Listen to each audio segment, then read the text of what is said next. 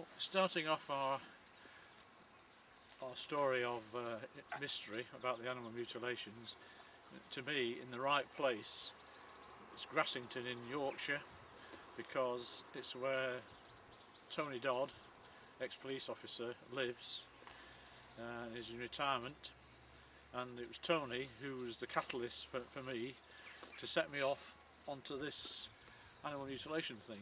And Tony wrote a very nice book called Investigator, which includes a very good chapter on the animal mutilations. And the other person who really influenced me to get into this subject was the American investigative journalist called Linda Moulton Howe, which a lot of people will know of, and all her good work and documentaries in the cattle mutilations in the States. That's got her into it accidentally. So to me, this place and Tony is the beginning of our story, if you like, to investigate and document this important aspect of the whole UFO business. So having struggled on my own since about 1997, thank you, not quite on my own, we managed to form a little team with some very good dedicated light researchers, including Robert Hulse, who's behind the camera, Phil Hoyle, who lives down in Shrewsbury, who has an area of UFO activity and abductions, but mainly also 20 miles southwest of Shrewsbury, an area of quite a few mutilations, mainly lambs and sheep at the moment. So we also have on our little team Paul Westwood, whose particular interest is the big cats problem, because we know that a lot of these animals are killed by big cats surviving in the UK, and obviously have to kill to eat, and that muddies the water a bit for what we're doing. So we have to also speak to farmers and people who can prove to us, looking at a carcass, that that's a big cat kill, to differentiate the differences, the important difference between the sophisticated medical type procedures and the normal animal predation. So we're hoping to go and have a chat with Tony and get him to sign my book, and just compare notes, because I was an investigator with Tony for UFOs for Quest since I left British Aerospace in 1993. So it'd be good to catch up. I haven't actually seen him for some years now physically, apart from our numerous phone conversations. So I was shortly going to knock on his door by appointment and have a chat. What was that? Tony Fremont. Oh, he looks like Bob Exler. Yeah, now you've said that, looking down, yeah, it does look a bit like Bob actually. Well, just to sort of say something about the keep up the good work that you've, the fine mess you've got me into, Stanley, on this mutilation business. Yes,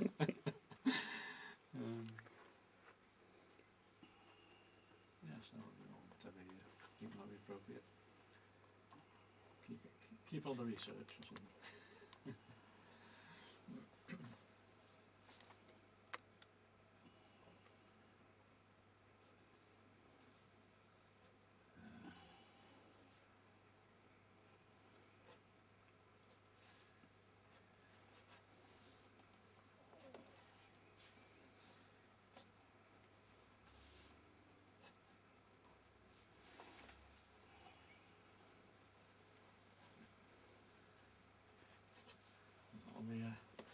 A treasured thing. I thought I enjoyed your book immensely anyway, particularly the chapter on the mutilations. yeah. What was the 20 today, isn't it?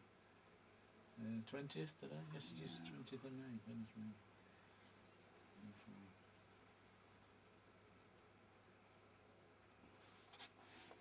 Right, Dave.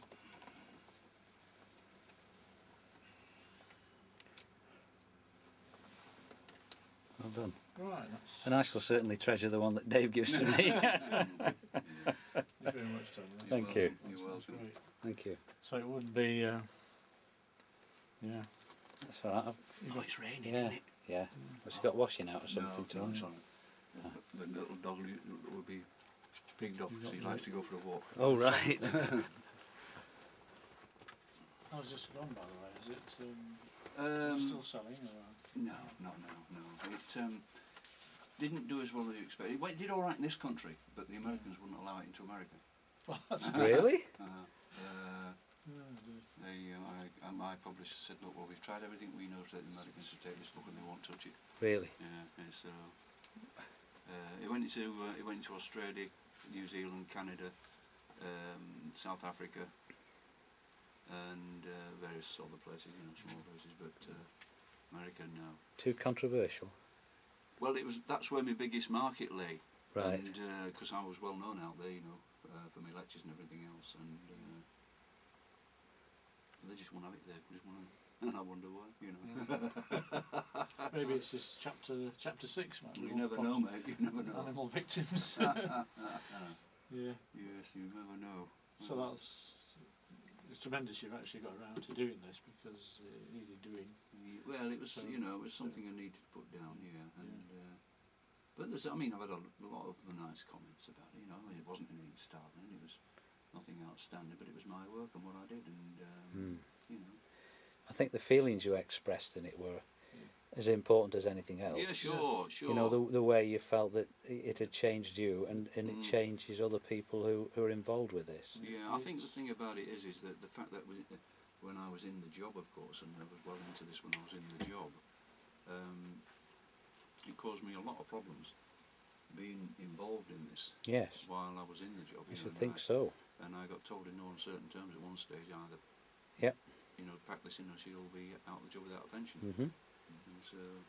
Well, the pension in the house, so they can't. So. You can't do it now. So can't do it now. No. That's right. It's goodness me, 1996-ish. When you came over to my house. Is that when it was? He got a good memory. Tony Fremont. I remember meeting him. Yeah. And you brought your pictures of animals and Linda Moulton House book. Mm-hmm. So it was your fault and Linda's that got me into this mess. I keep trying to drag him out of it, but I'm wasting my time, I'm afraid. I want to get him into crop circles full time, but I'm afraid it's. Well, I got you into crop circles. You did. There's no way you can get me out of this. No. Well, it started off, you see. I was really into the abductions at one stage. I must have been involved with over 100 incidents of abduction, and I used to get hypnotised and everything else. And time after time after time, there's some amazing stories and stuff came out under hypnosis and that. I had an enormous bank of files on. But the problem is that I wasn't, at the end of it, I wasn't making any real progress. No. To me, you've got to progress. What's the point of doing something if you can't progress at it? And that's what I find frustrating. You get so far and you're up against a wall all the time. Yeah. Where do I go from here? And so I sort of calmed it down on the abduction business. I got in many cases I needed. And there were some who were quite outstanding, Yeah. Particularly where they ended up fighting with the aliens in the bedroom and things like that. On the husband and wives and that. People say it's not happening, but It does, doesn't it? when you get in this actual physical fighting in the bedroom with them, things like that, Yeah. What I found, you see, why I switched from being one of your investigators for Quest for quite a few years, since '93, and left British Aerospace, and I've interviewed so many witnesses and filled in your blasted forms, and I decided that this isn't progressing anything, because you either believe the witnesses or you don't. That's right. End of story. That's right, yeah. So I thought the mutilations and the crop circles subsequently were presented the opportunity of presenting some physical evidence, which our friends upstairs have left behind, that you could get a grip of and get to hopefully the hands of experts like Tony Fremont and botanists for the crop circles, where there's something physical has happened, right, which would be very hard, for that evidence to be disputed, and people to debunk. So that's why I sort of shifted. You did absolutely right. It needs people like you. It's all right. Investigators. But it's nice to have people who will stick it on their own bat and say, "Look, I'm going to go further with this." That's what you need. Then it goes out in all directions. Then doesn't it? You don't. It's rather than have one hub. Yeah. If everybody is capable in their own right to go and do their own thing, this is where you're going to get that feedback. But of course, we've discovered it's a bloody difficult aspect to get to grips with, because finding the evidence is hard, and it's very unpleasant at times, and somewhat smelly at times. Sure. Very smelly. Very smelly. Very smelly. But despite that, I've surprised myself, because I was historically a squeamish sort of guy. As my family would testify, mere sight of blood, I'm out. Right. But by and large, with the animals, there isn't a lot of blood. So that's fair enough. that's a good thing. That's So, fair enough. Yeah. You want to see him with his white gloves on picking over a dead lamb Yes. now, though, I'll tell you, on somebody's kitchen floor. We've actually got some video footage which Robert shot at a case in Harrogate, so just outside Harrogate, only a few weeks ago, which turned out to be predation. And the farmer, who was a super guy, absolutely terrific, and his wife, we ended up on the kitchen floor skinning the 2 lambs to prove that it was a predator, where it had been throttled, the windpipe had been bitten. But it had these holes in the body which were a bit first reminiscent of some of the things we're looking for. But it's very good testimony, because it's vital to get evidence for natural predation. That's right. Both sides of it, yeah. Because people like to put everything in little pockets and say, oh, this mutilation business, it's all natural predation. Yeah. Or the usual, it's nutcases or something. Absolutely right. Yes, you don't. So we thought it was a very worthwhile visit to this farm in Harrogate to do that. Absolutely, yeah. Nice chap, though, too. Very interesting. Very interesting chap, because he had a farm near Todmorden. Yes. Oh, yeah. Yes, And for several years, they used to go out in the morning to get the cows in for milking, and possibly 2 or 3 times a week they would see UFOs in the sky every week. This was the early 80s, the time Alan Godfrey had his experience, Right. which was interesting. There was a lot around at that time. Well, there still is now, but there was a lot around at that time. Yeah. I remember a farmer telling me, Settle. Yes. He said him telling me about a farmer up there who found a cow, a burnt circle in a field, and a dead cow right in the middle of this burnt circle, and it had been mutilated. Gosh. This is some years ago now, is this? And they called a vet out to it, and it was a female vet apparently, and she came up and she wouldn't approach it. She would not go inside the circle. She said, "I'm not going in there with that." And so they got, they got all they did. They just got they dug a bloody great hole and got a digger and put the hour in it and filled it in, and that was that. He said she was terrified. She just wouldn't go near it. And that, so she knew something. Whether she knew or whether she was scared of what she was witnessing. Yeah. With the circle burnt, I don't know. Yeah. Hard to understand it. I've got some case pictures if you'd like to have a breeze through these. Says he's very into foxes, so he knows exactly what foxes could do. He admitted he wasn't sure about badgers. Right. Badgers, and they said they do bite snouts off. Yeah. Of lambs. Yeah. And the farmer knew the fox had done that. Right. But nevertheless, Tony Fremont said this is a very neat, clean transaction of the back of the tongue there, and so on. Yeah. That the liver and heart had been removed from where the rear leg had been removed, and all the other organs were missing. So they'd left, the liver in there just on its own. Right. Everything else had gone. Right. And yet farmers say to me, the heart and the liver is the favourite of the badger. So Right. why they left the liver in. So anyway, we'll move on a bit to more up-to-date stuff that I know you've not seen.